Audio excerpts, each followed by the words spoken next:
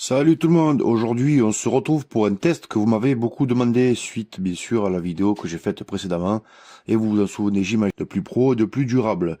Et là bon, on change complètement de catégorie. Aujourd'hui je vous présente donc le Keptech Pro KT 940. C'est un sécateur électrique professionnel de 40 mm de coupe avec un moteur brushless, des batteries en 21 volts, 2 ampères, un écran LCD, bref on est sur du sérieux. J'ai pu avoir connaissance de ce sécateur car il y a déjà quelques temps, je vous ai présenté une petite scie à chaîne de Seaside, mais vous allez voir qu'on n'est pas du tout sur le même type de produit et pas sur la même catégorie non plus. Alors déjà, on va parler de la puissance. Le KT 940 coupe lui jusqu'à 40 mm contre 33 mm pour le Seaside.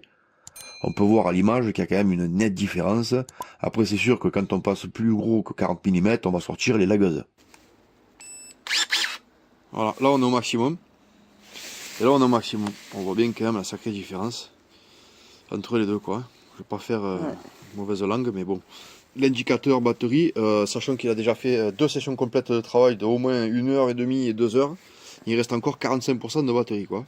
Et à savoir qu'on peut aussi régler l'amplitude. On va essayer d'écouter la différence de bruit. Il est plus silencieux. On sent qu'il y a un moteur, c'est quand même autre chose que... Là, si j'appuie à peine un peu, il va refermer. Je peux pas caler en plusieurs fois. Je ne peux pas le bloquer à un certain niveau. Alors que là, au plus j'appuie, c'est moi qui règle en fait. Même au niveau, il est beaucoup plus silencieux.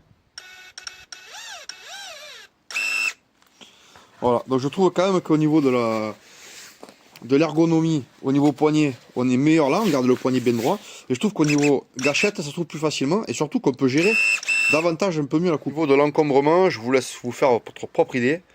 Alors, étant donné que Nanou a utilisé les deux, elle peut vous le confirmer, celui-là a quand même une nette meilleure. La coupe est instantanée, elle est nette et sans forcer.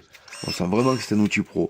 Et là, pour dire que les coupes soient nettes, c'est que j'ai eu beau faire des centaines et des centaines de coupes, je vois jamais aucune bavure. On peut aussi parler de la perche, car j'avais présenté celle du Seaside, mais là on était vraiment sur quelque chose, on va dire, d'accessoire, qui était plutôt assez imprécise et hasardeuse. On sentait qu'on n'avait pas trop de précision. Déjà d'une part par l'ouverture du sécateur en hauteur, et d'autre part parce que bon, ça bouge quand même pas mal. Donc là j'ai aussi pris la perche Keptech, et puis si on compare celle du Sissi à celle du Keptech, là franchement on est vraiment sur un truc. Attention les oreilles, on a 10 fois plus de précision, l'ouverture du sécateur est beaucoup plus grande. Voilà, donc pour installer sur la perche, j'ai toujours la perche avec moi. J'ai la ceinture dans le sac à dos, hop, il n'y a pas plus simple. Ici on a un système à scratch, pour sécuriser la chose.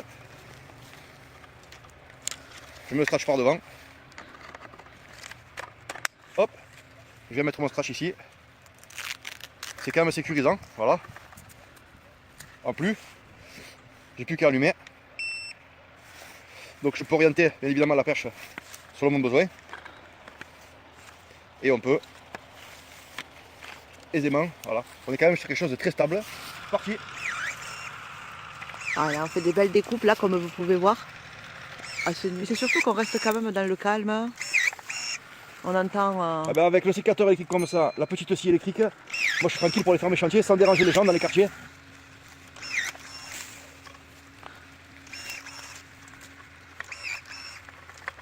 C'est vrai que ça se fait très très bien.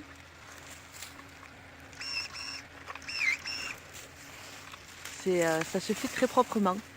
Voilà. Et c'est assez intuitif en fait. Et ludique finalement.